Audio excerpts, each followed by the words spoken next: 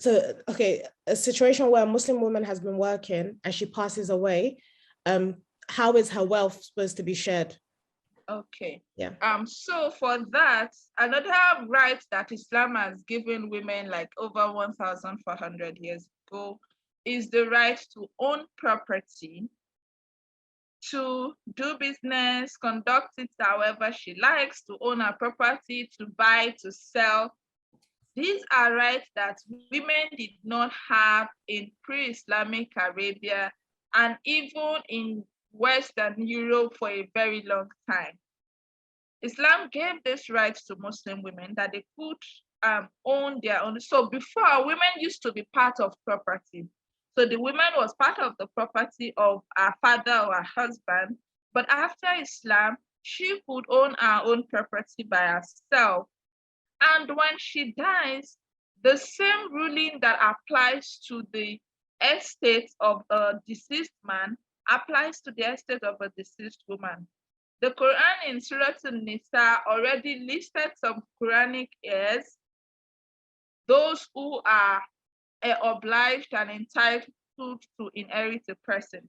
So for a man, his wife or wives are obliged to inherit from him. His parents, his children, both male and female, are obliged to inherit from him. And depending on the presence or absence of any of these ones, then we can have brothers and sisters and other extended families who may be able to inherit.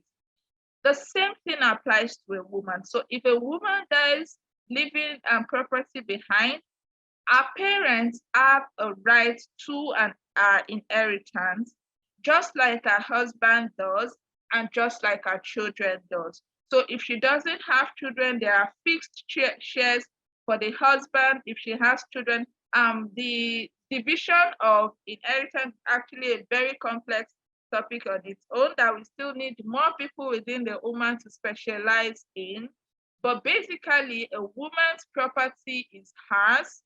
She has the right to dispose of it as she wishes while she's alive. When she dies, it should be inherited by her heirs, her parents, her children, and her husband.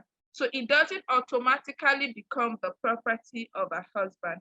And some of the wrong cultural practices that we have with regards to this, our people believe it seems to be an unwritten rule that a woman cannot own things like a car or a house if she's not married. It's seen as kind of, it would make her unattractive to suitors. And then when she is even married, we seem to have this belief that a woman cannot own a building, build a house or something like that if her husband has not already done the same. In fact, I once had someone telling me that, okay, there was a couple, the husband used to observe the Udhiyah, he used to slaughter a ram during the Adha. And then at the time he had some financial difficulty, he couldn't slaughter that year. And he just became complacent and he stopped slaughtering.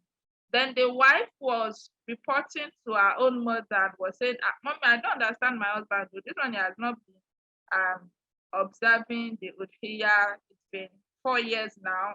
I understood he had financial difficulties before, but now he can afford it. It just seems to become nonchalant with it. If he refuses to slaughter this year, I'm going to slaughter my own. And then the mom said, no, as a Muslim wife, it would be an affront, it would be disrespectful of your husband for you to slaughter your own ram while your husband is not slaughtering. So it seems as if the wife's ibadah is dependent on the husband. The wife can only slaughter if the husband is slaughtering. So it has to be an addendum, not the only one. This is not Islam. Some people believe that it would be disrespectful of a wife to own a building or to build her own house when her husband has not built his house.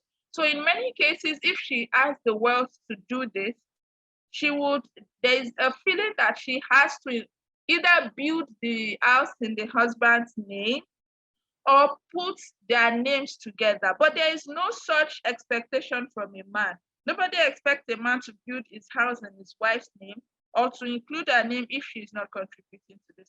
This is not Islam. Islam does not say that a woman cannot build her own house if her husband has not built or things like that.